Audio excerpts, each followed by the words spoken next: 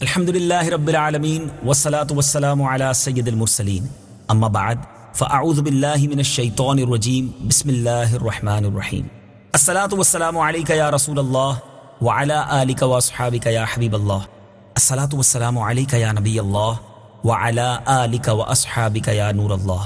میٹھے میٹھے اسلامی بھائیوں اور مدنی چینل کے ناظرین، سلسلہ ہے ایک قصہ ہے قرآن سے۔ قرآن ہے میرا رہنما، قرآن شفا ہے، نور ہے قرآن، جلا دل کی میرا قرآن، رضا رب کی میرا قرآن، قرآن قرآن۔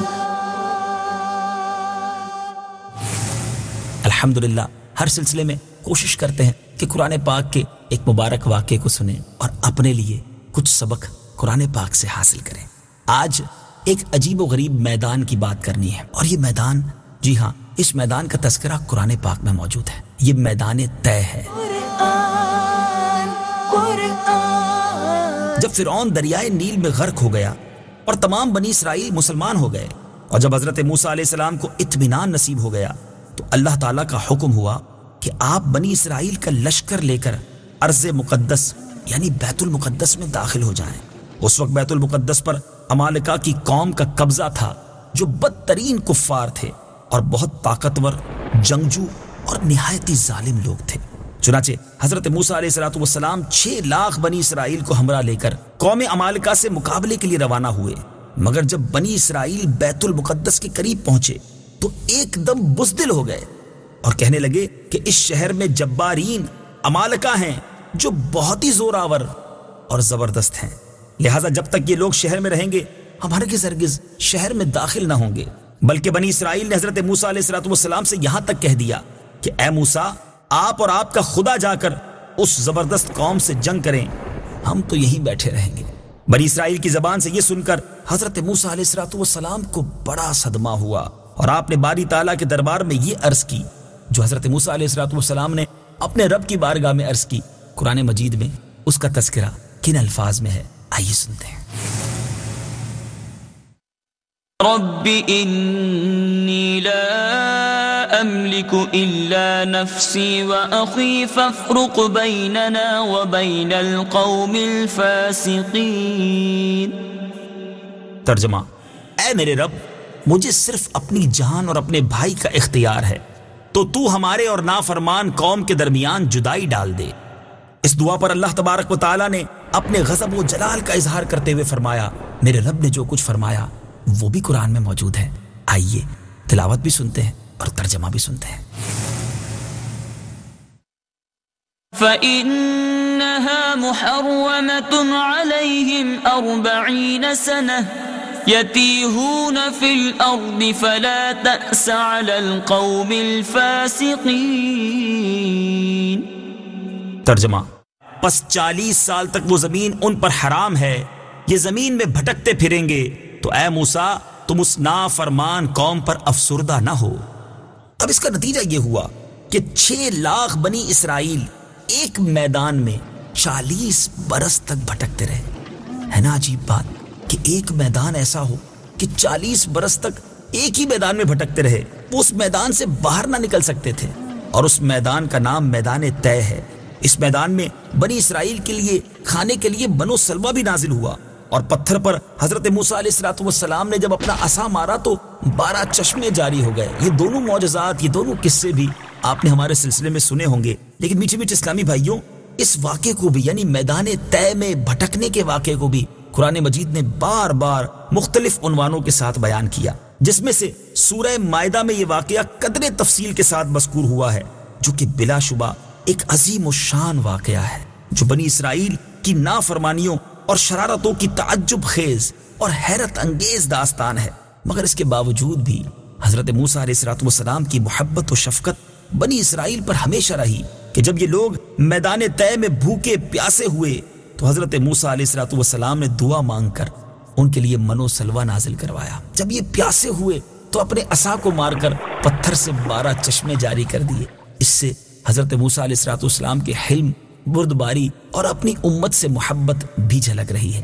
اور یہاں ہمیں یہ پتہ چلتا ہے کہ انبیاء اپنی امت سے کتنا پیار کرتے ہیں، اور ہمارے آقا تو رحمت للعالمین ہے۔ یقیناً وہ ہم سے بے حد پیار کرتے ہیں، وہ ہم سے بہت زیادہ محبت کرتے ہیں۔ مگر اے امتیوں، ہم پر بھی تو حق ہے کہ اپنے آقا علیہ الصلوۃ والسلام سے دل و جان سے محبت کریں، اور محبت کا تقاضا یہ ہے کہ ان کی سنتوں پر عمل کریں، ان کے فرامین پر عمل کریں، ایسے کام نہ کریں جن سے وہ ناراض ہو جائیں۔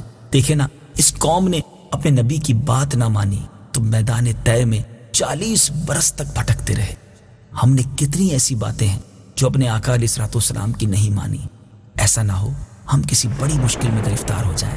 آئیے قرآن پاک کے اس پرنور واقعے سے یہ نیت کرتے ہیں، سرکار دو عالم صلی اللہ تعالی علیہ وسلم جو ہمارے آقا اور جن کے ہم امتی ہیں، انشاءاللہ ان کے فرامین اور ان کی سنتوں پر عمل کریں گے۔ میٹھے میٹھے اسلامی بھائیوں، آج کے سلسلے میں ہم نے ایک قصہ نہیں بلکہ آپ کو 3 قصے سنانے ہیں۔ میدان طے کے بارے میں سنانا، آئیے اب ایک روشن ہاتھ کے بارے میں سنتے ہیں۔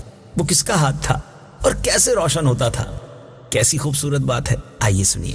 حضرت موسیٰ علیہ الصلوۃ والسلام کو جب اللہ تعالیٰ نے فرعون کی ہدایت کے لیے اس کے دربار میں بھیجا تو 2 معجزات عطا فرما کر آپ کو بھیجا، ایک عصا اور دوسرا ید بیدا۔ ید بیدا یعنی روشن ہاتھ۔ حضرت موسیٰ علیہ الصلوۃ والسلام جب اپنے گریبان میں ہاتھ ڈال کر باہر نکالتے تھے تو ایک دم آپ کا ہاتھ روشن ہو کر چمکنے لگتا تھا، پھر جب آپ اپنا ہاتھ گریبان میں ڈال دیتے تو وہ اپنی اصلی حالت پر ہو جایا کرتا تھا۔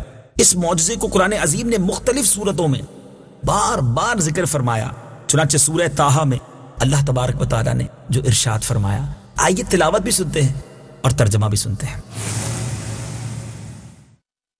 واضمم يدك إلى جناحك تخرج بيضاء من غير سوء آية أخرى لنريك من آياتنا الكبرى۔ ترجمہ، اور اپنے ہاتھ کو اپنے بازو سے ملاؤ، بغیر کسی مرض کے خوب سفید ہو کر ایک اور معجزہ بن کر نکلے گا تاکہ ہم تجھے اپنی بڑی بڑی نشانیاں دکھائیں۔ اسی معجزے کا نام ید بیدا ہے جو ایک عجیب اور عظیم معجزہ ہے۔ حضرت ابن عباس رضی اللہ تعالی عنہما نے فرمایا کہ حضرت موسیٰ علیہ السلام کے دست مبارک سے رات اور دن میں آفتاب کی طرح نور نکلتا تھا۔ سبحان اللہ، سبحان اللہ۔ اب ذرا غور کیجئے میٹھے اسلامی بھائیوں، حضرت موسیٰ علیہ السلام کا ہاتھ ایسا نورانی کہ اس سے نور نکلتا تھا، اور اس روشن ہاتھ کا تذکرہ قرآن مجید میں موجود ہے، تو حضرت موسیٰ علیہ السلام کے آقا، ہم سب کے آقا صلی اللہ تعالی علیہ وسلم کی نورانیت کا عالم کیا ہوگا۔ آئیے اب تیسرے قصے کی طرف چلتے ہیں، یہ بھی اس سے ریلیٹڈ اور اسی کے ساتھ منسلک ہے، مگر بڑا خوبصورت واقعہ ہے، اور وہ یہ ہے کہ من و سلوہ، یہ ایسا کھانا تھا جو آسمان سے نازل ہوا۔ پچھلے واقعے میں آپ نے سنا تو ہے کہ بنی اسرائیل جب میدان طے میں گرفتار ہو گئے، بھوک کے مارے پریشان ہوئے، حضرت موسیٰ علیہ السلام نے دعا فرمائی اور من و سلوہ کا نزول ہوا۔ ایک کھانے کا نام من اور دوسرے کا نام سلوہ تھا۔ من بالکل سفید شہد کی طرح ایک حلوہ تھا، یہ سفید رنگ کی شہد ہی تھی جو روزانہ آسمان سے بارش کی طرح برستی تھی، اور سلوہ پکی ہوئی بٹیرے تھی جو دکنی ہوا کے ساتھ آسمان سے نازل ہوا کرتی تھی۔ اللہ تعالیٰ نے بنی اسرائیل پر اپنی نعمتوں کا اظہار شمار کراتے ہوئے کس طرح قرآن مجید میں ارشاد فرمایا، آئیے تلاوت سنیے اور ترجمہ سنیے۔ وَأَنزَلْنَا عَلَيْكُمُ الْمَنَّ وَالسَّلْوَىٰ۔ ترجمہ، اور تمہارے اوپر من اور سلوہ اتارا۔ اس من و سلوہ کے بارے میں حضرت موسیٰ علیہ السلام کا یہ حکم تھا کہ روزانہ تم لوگ اس کو کھا لیا کرو اور کل کے لیے ہرگز ہرگز اس کا ذخیرہ مت کرنا۔ مگر بعض ضعیف الاعتقاد لوگوں کو یہ ڈر لگنے لگا کہ اگر کل من و سلوہ نہ اترا تو ہم نے پھر کیا کھانا ہے، تو انہوں نے وہ کھانا بچا کر رکھنا شروع کر دیا۔ انہیں یہ خوف تھا کہ کہیں اس چٹیل میدان میں ہم بھوکے نہ مر جائیں۔ اب میٹھے اسلامی بھائیوں، نبی کی نافرمانی سے ایسی نحوست پھیل گئی کہ جو کچھ لوگوں نے کل کے لیے جمع کیا تھا وہ سڑ گیا، وہ خراب ہو گیا۔ اب دوسرے دن سے کھانا اترنا بند ہو گیا۔ میرے آقا مدینے والے مصطفیٰ صلی اللہ تعالی علیہ وسلم کا فرمان ہے کہ اگر بنی اسرائیل نہ ہوتے تو کھانا کبھی خراب نہ ہوتا اور نہ گوشت سڑتا۔ کھانے کا خراب ہونا اور گوشت کا سڑنا اسی تاریخ سے شروع ہوا، ورنہ اس سے پہلے نہ کھانا خراب ہوتا تھا نہ گوشت سڑتا تھا۔ ہے نا عجیب بات؟ اگر قرآن پاک پڑھیں تو پھر ان باتوں کے بارے میں معلومات ہوگی۔ بہرحال یہاں بھی توکل کی کمی نظر آ رہی ہے، سیکھنے کو مل رہا ہے کہ جب اللہ کے نبی نے وعدہ کر لیا تو اس قوم کو بھروسہ کرنا چاہیے تھا۔ یاد رہے ہم سب سے رزق کا وعدہ اللہ نے کیا ہے، ہمیں جو ملنا ہے وہ مل کر رہے گا، پھر کیوں حرام کی طرف جائیں، پھر کیوں اتنی ٹینشن لیں؟ ہم عجیب لوگ ہیں، ہم سے رزق کا وعدہ ہے مگر ہم رزق کے لیے پریشان رہتے ہیں، مگر مغفرت کا وعدہ نہیں ہے مگر اس کے لیے کوئی پریشان نظر نہیں آتا، اس کے لیے کوئی کوشش کرتا بھی نظر نہیں آتا۔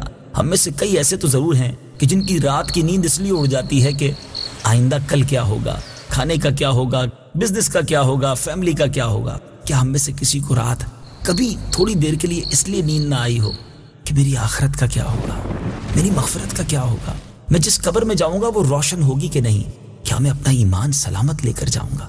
ہے نا سوچنے کی بات؟ سوچئے گا، اور اگر ذہن بنے کہ مجھے اپنی آخرت کی تیاری کرنی ہے، آئیے دعوت اسلامی کا بدنی ماحول آپ کے لیے موجود ہے۔ اس ماحول میں الحمدللہ ہمیں آخرت کی تیاری کا ذہن دیا جاتا ہے۔